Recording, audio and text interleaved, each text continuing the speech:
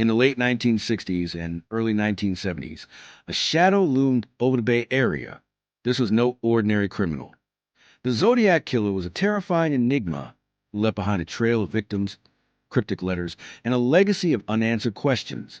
His name will become synonymous with fear, confusion, and fascination, and his identity will remain one of the most enduring mysteries in criminal history. To this day, no one knows who the Zodiac Killer truly was. While his reign of terror lasted only a few years, the Zodiac's actions and letters left a profound mark on the public psyche.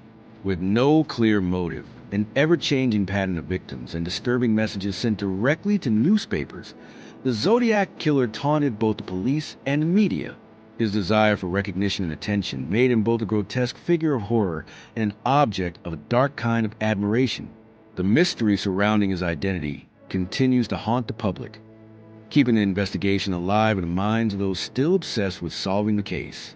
The first confirmed murders committed by the Zodiac Killer took place on the night of December 20th, 1968. Two high school students, Betty Lou Jensen, 16, and David Faraday, 17, were parked on a remote country road near Vallejo, California.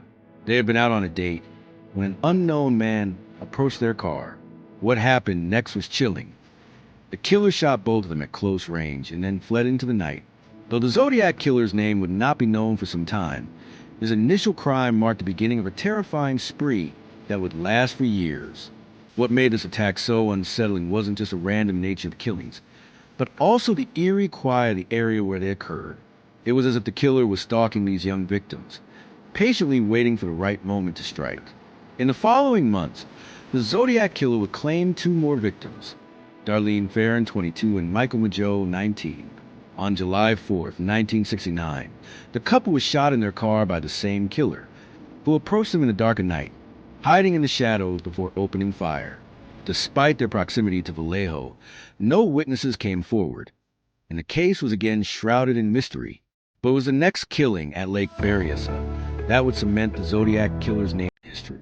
On September 27, 1969, Brian Hartnell, 20, and Cecilia and Shepard, 22, were enjoying a day near the lake. The Zodiac approached them, wearing an executioner's mask and brandished a knife. He tied them up and then proceeded to stab them multiple times, only to later mock Hartnell by drawing a symbol, a cross circle, on his car door. This symbol, which would later become iconic, signaled the Zodiac's twisted need for notoriety. After the attack, he walked calmly away, leaving behind Hartnell and a dying Shepard.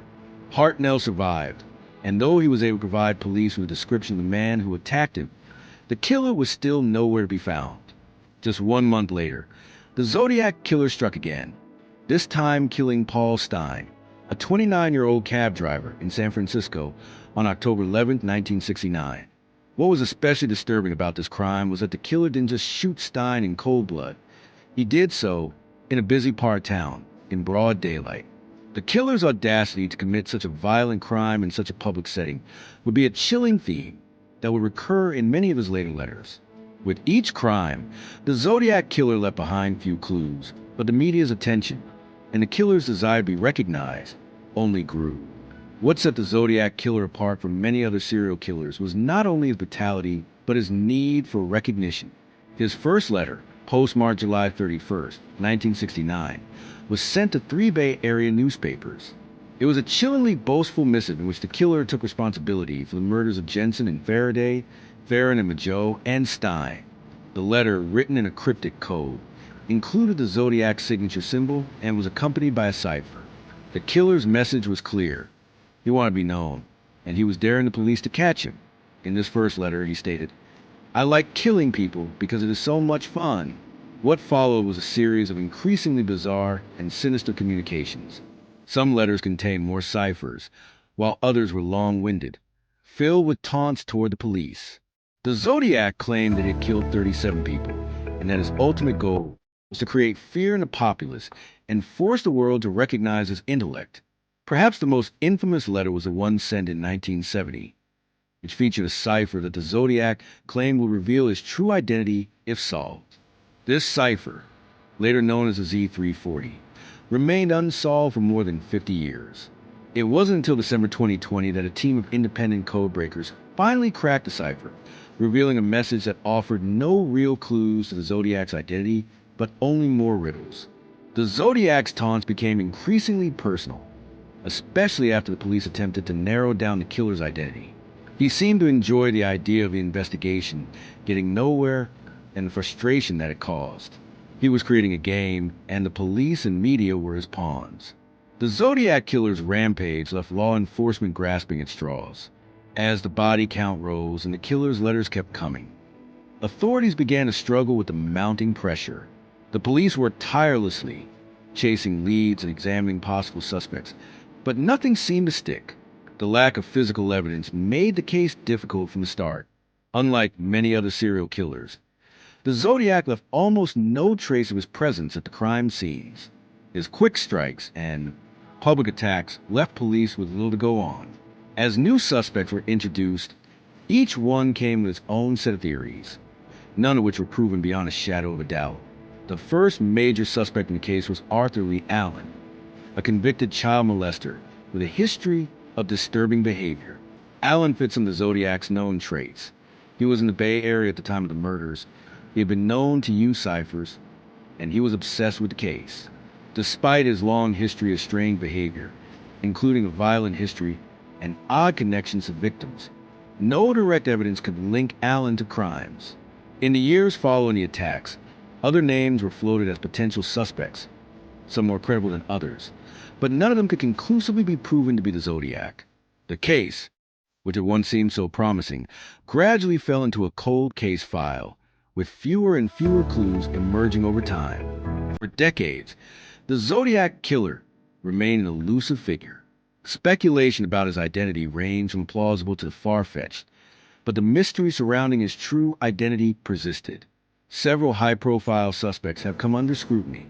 Arthur Lee Allen, though his involvement remains one of the most widely discussed theories, forensic evidence failed to tie him directly to the crimes.